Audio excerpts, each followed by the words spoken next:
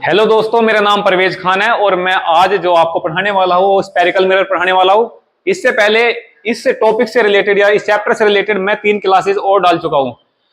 इस टॉपिक को पढ़ने के बाद आपको और कहीं पे जाने नहीं पड़ेगा, क्योंकि यहाँ पर आज आपको ये टॉपिक याद होने वाला है, स्फेरिकल मिरर। इससे पहले आपको अगर ये आज का लेक्चर देख रहे हैं, आज का टॉपिक देख रहे हैं, आप डायरेक्ट इस लेक्चर पे ना आइए। इससे पहले मैं 3 लेक्चर और डाल चुका हूँ। सबसे पहले आपको वहां पे जाके 3 लेक्चर देखने हैं।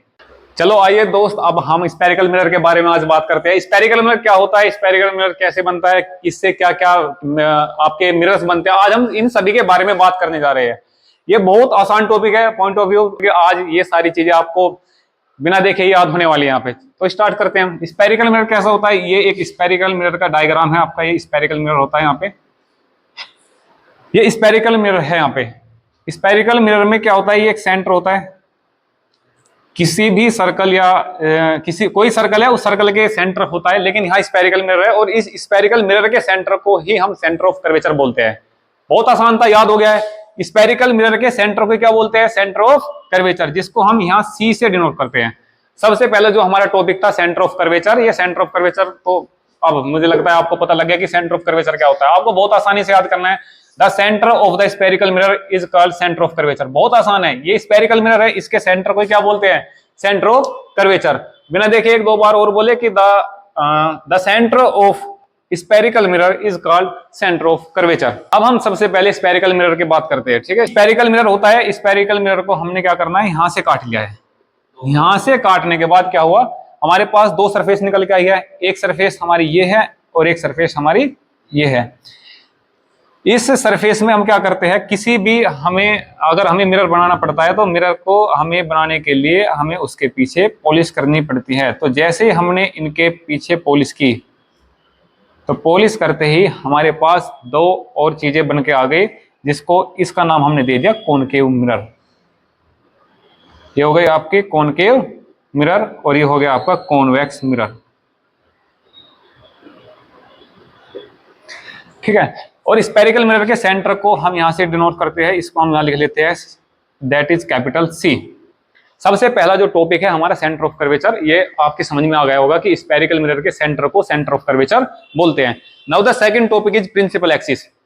प्रिंसिपल एक्सिस कैसे याद करनी है, सेंटर ऑफ कर्वेचर से जो भी लाइन पास होगी हम उसको प्रिंसिपल एक्सिस बोलते हैं। इससे फालतू कुछ नहीं है, ये आपको ऐसे याद रखनी है। सेंटर ऑफ कर्वेचर किसको बोलते हैं, यहां पे याद कर लेने आपको, the centre of the spherical mirror is called centre of curvature and a line passing through the centre of curvature is called the principal axis. Now the third point is pole. ये हमने यहाँ पे आपको polish करके दिखाई है। जैसे ही हमने यहाँ पे पॉलिश की, तो पॉलिश करते ही ये जो बना, इस मिरर का नाम हो गया आपका कॉनकेव मिरर, जिसका ये डायग्राम उठा के मैंने यहाँ पे बनाया है। और जब मैंने यहाँ पे पॉलिश की, तो यहाँ पे पॉलिश करने के बाद जो बना, इसको हम बोलते हैं convex mirror. And this is the centre of curvature, the line passing through the centre of curvature is called principal axis and the reflecting surface and the principal axis we have made, this is called pole of the mirror. ये सभी चीजें मैं आपको अलग अलग करके बताऊंगा। अभी क्या है, आपको centre of curvature, principal axis और पोल, इन तीनों के बारे में अभी 1 मिनट के अंदर याद करना। तो आपको क्या करना है, स्फेरिकल मिरर के सेंटर को सेंटर ऑफ कर्वेचर बोलते हैं, सेंटर ऑफ कर्वेचर से जाने वाली लाइन को हम प्रिंसिपल एक्सिस बोलते हैं, और जहां पे रिफ्लेक्शन सरफेस और प्रिंसिपल एक्सिस आपस में कट करते हैं, उस पार्ट को हम पोल बोलते हैं। It's a very very easy topic. आपको centre of curvature, principal axis, pole याद हो गया होगा। अब हम आगे की तरफ चलते हैं इस टॉपिक में। ये कॉन्वेक्स मिरर है, ये आपका कॉनकेव मिरर बन गया। यहाँ पे देखना, पॉलिश के अपोजिट साइड रिफ्लेक्टिंग सरफेस बनती है। इसकी रिफ्लेक्टिंग सरफेस कॉन्वेक्स मिरर के बाहर की तरफ है और कॉनकेव मिरर की रिफ्लेक्टिंग सरफेस अंदर की तरफ है। That's why this is called concave mirror and this is called convex mirror. अब इसी डायग्राम को हम क्या करते हैं, इसमें pole, focus, principal axis, centre of curvature बना के दिखाते हैं। यहाँ पे सबसे पहले हम ये डायग्राम बना लेंगे।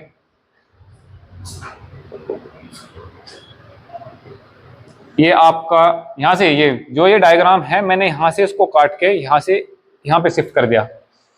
ये कौन सा मिरर हो गया हमारा, कॉनकेव मिरर। ये हमारा हो गया कॉनकेव मिरर।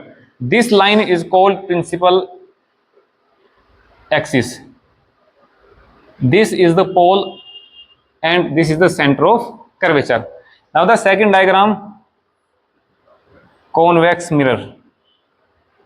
ये आपका कॉन्वेक्स मिरर है जिसकी रिफ्लेक्टिंग सरफेस बाहर की तरफ होती है and the poly surface inside होती है। ये आपके प्रिंसिपल एक्सिस, यहाँ पे हो गया आपका पोल, इसको हम कैपिटल पी से डिनोट करते हैं, और ये हो गया आपका सेंटर ऑफ कर्वेचर।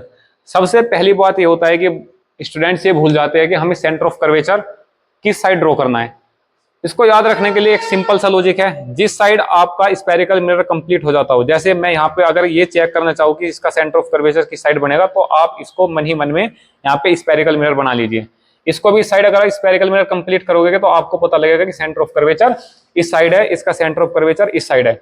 हमें यहाँ से ये लॉजिक कहाँ से पता लगा, हमें हमने स्फेरिकल मिरर के, ये जो कॉनकेव और कॉन्वेक्स मिरर है ये स्फेरिकल मिरर के ही पार्ट है।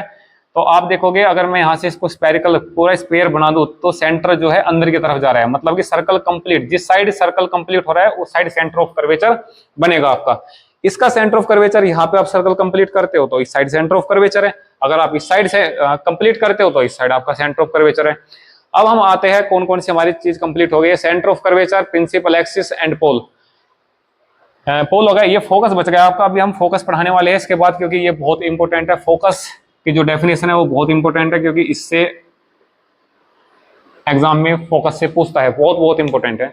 इससे पहले हम सभी सेंटर ऑफ कर्वेचर क्या होता है फिर से हम रिवाइज कर लेते हैं कि the centre of the spherical mirror, the centre of spherical mirror is called centre of curvature and a line passing through the centre of curvature is called principal axis and the reflecting part and the principal axis meet at that point is called pole of the mirror। ये बहुत आसान है, ये सारा हमारा complete हो गया। ये स्फेरिकल मिरर के हमारे टॉपिक थे। अब हम आगे की तरफ बढ़ते हैं और आगे हम पढ़ने वाले हैं फोकस। फोकस क्या होता है, मैं सबसे पहले फोकस पे जाने से पहले आपको एक चीज और बता दूं। यहाँ से हमारा एक क्वेश्चन बनता है, क्या है कि टाइप्स ऑफ मिरर कितने होते हैं, टाइप्स ऑफ मिरर। तो टाइप्स ऑफ मिरर में जब मैं एक क्वेश्चन पूछता हूँ स्टूडेंट से तो ये बताते हैं कि हमारे 3 टाइप्स ऑफ मिरर होते हैं। जैसे कि बताते हैं student plane mirror, concave mirror और कॉन्वेक्स मिरर, जबकि ऐसा नहीं है।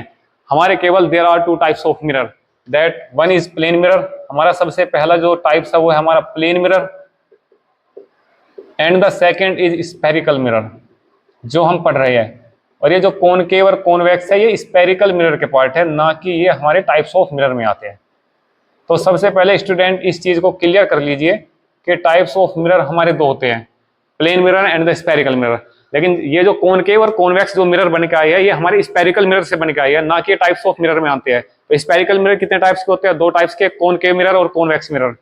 ठीक है, यहाँ से कंफ्यूजन दूर कर लेना इस चीज को कि 3 टाइप्स ऑफ मिरर नहीं होते हमारे, केवल 2 टाइप्स ऑफ मिरर ही होते हैं। The first is plane mirror and the second is spherical mirror. And the spherical mirror भी 2 टाइप्स के होता है, एक कॉनकेव होता है और कॉन्वेक्स होता है। आपने देखा होगा ये जो बन के आया है स्फेरिकल मिरर से ही बन के आया है। ठीक है, ये हमारे यहाँ पे टॉपिक खत्म होता है स्फेरिकल मिरर के बारे में। अगले नेक्स्ट लेक्चर में हम क्या करेंगे कि centre of curvature, principal axis, pole के हम डेफिनेशन लिखते हैं।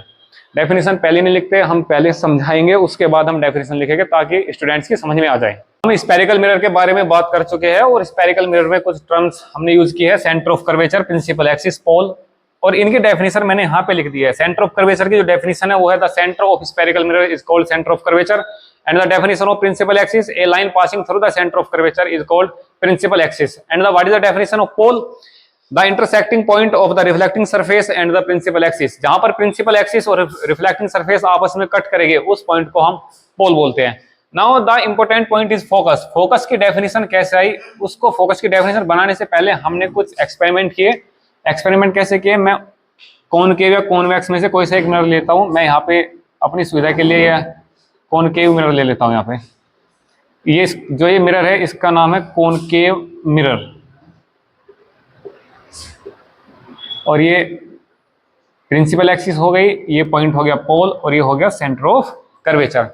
क्या हुआ जब हमने इनके सामने एक रेज ऑफ लाइट को इंसिडेंट किया, जब हम यहाँ पे एक टॉर्च को रखते हैं या कहीं से रेज ऑफ लाइट आ रही है, तो जब हमने पैरेलल प्रिंसिपल एक्सिस के पैरेलल लाइट को इंसिडेंट किया, लाइट को भेजा, तो ये रिफ्लेक्शन के बाद एक ही पॉइंट से होके गई सारी की सारी रेज। यहाँ से मैंने केवल 2 रेज को दिखाया है, लेकिन यहाँ पे बहुत सारी रेज होती है। 2 रेज से आपकी समझ में आ जाएगा।